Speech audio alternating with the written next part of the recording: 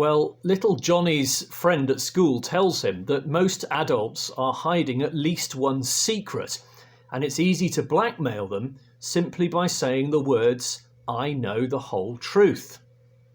Well, obviously, he's keen to see if it works. So when he gets home, he said to his mother, "I know the whole truth." And she quickly hands him £20 and tells him, "Just don't tell your father." Well, of course, when Dad gets home, he does the same thing. "I know the whole truth," he says. And his father promptly gives him £50 and orders him, "Just don't tell your mother."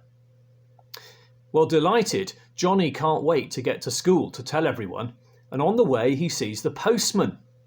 "I know the whole truth," he tells the postman. At which the postman drops his post bag, breaks into a broad smile, opens wide his arms and says, "Come and give Daddy a great big hug." Well, from tomorrow, of course, we'll once again be allowed to hug people, albeit that the Prime Minister is warning us to do so cautiously and carefully. Although presumably this has always been the case. As an untactile person myself, the thought of a world of reckless, indiscriminate hugging seems somewhat scary. Along with other measures, it is one more step back towards engaging with the world as we knew it and long to know again. Jesus prays to the Father for his followers. He says, "They are not of the world, just as I am not of it." In many ways, that's how the last year or so has felt. We've sort of belonged to the world, and yet at the same time we kind of haven't.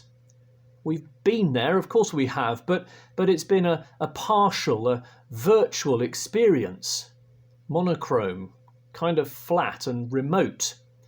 Almost as though we've been visitors in a strange land, home and yet not quite really feeling at home. Well, here Jesus is praying for the disciples before his imminent arrest and death. He knows he's about to go away, and he says, "I will remain in the world no longer." He knows where his true home is. He knows he's been sent by the Father, and the world, this world, is just a temporary dwelling place. And so it is for us.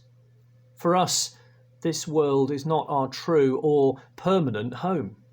For we are not of the world, just as Jesus himself was not of it. We belong to a kingdom far greater than any on earth, an eternal kingdom where treasure is stored up and where Jesus reigns already and always. This mortal life is just a stage, just a phase. Jesus knows that he's returning soon to the Father. He says, "I am coming to you now." The disciples, though, aren't, at least not yet. And so too for us. One day we'll return to the Father, to our heavenly home, but not yet. For now we're residents of this world. The challenge for them and for us is to live accordingly. Knowing that Jesus has won the greatest victory over death and opened the gate to eternity, the challenge is to live by faith and not by sight. To live according to the values of the kingdom of heaven and not conform to the pressures of this world.